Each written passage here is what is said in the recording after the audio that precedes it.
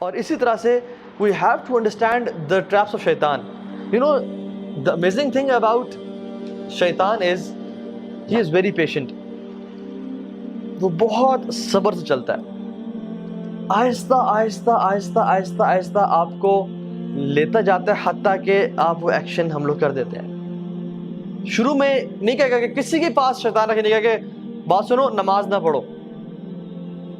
بات سنو زنا کرو، کبھی نہیں کہے گا۔ کیا بولے گا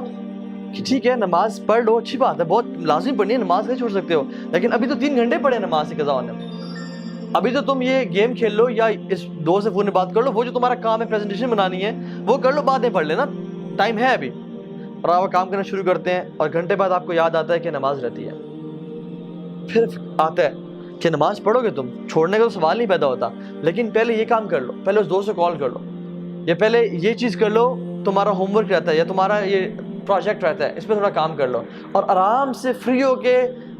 دل کی تسلی کے ساتھ فوکس ہو کے نماز پڑھنا۔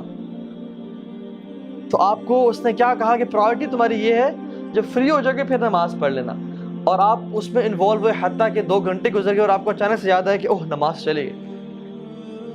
اور پھر آتا ہے کہ آپ کیا قضا پڑھو گے تم، اور اب عصر کی نماز کا ٹائم ہو گیا ہے، تم نے فجر بھی چھوڑ دی، ظہر بھی چھوڑ دی، اب تم عصر کے سامنے اللہ کے سامنے کھڑے ہو گئے، اب کل سے 5 وقت کی نماز پڑھنی ہے، اور پھر آپ کہتے ہیں ہاں میں کل سے 5 وقت کی نماز پڑھوں گا، اور یہ کل کبھی نہیں آتا، حتیٰ کہ انسان کورٹ میں چلا جاتا ہے۔ یہ میں اپنا پرسنل ایکسپیرینس بتا رہا ہوں آپ کو۔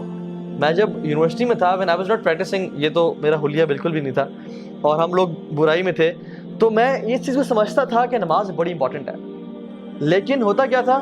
کہ چلو ابھی ٹائم ہے، پڑھ لیتے ہیں پڑھتے ہیں، اور کرتے کرتے ایک نماز چھوٹی، 2 چھوٹی، اب کل سے پوری پڑھیں گے، باقی بھی چھوڑ دی ساری، اور کل اگلے دن صبح اٹھے ہی 8 بجے، او فجر گئی، اور جب فجر گئی تو پھر اب کل سے 5 وقت کی پڑھیں گے۔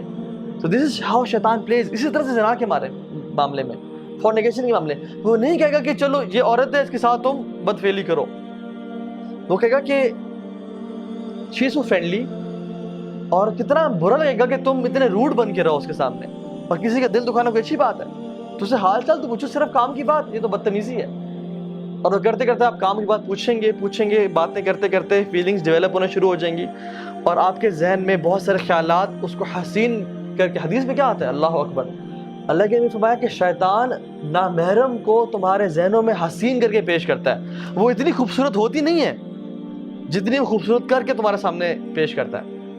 حتیٰ کہ انسان فینٹیسائز کر رہا ہوتا ہے کہ یار سبحان اللہ کیا بہترین نیچر ہے اس کی، کیا خوبصورت ہے یہ، کیا اچھی عورت ہے یہ، اتنی ہوتی نہیں ہے، تو شیطان اس کے بارے میں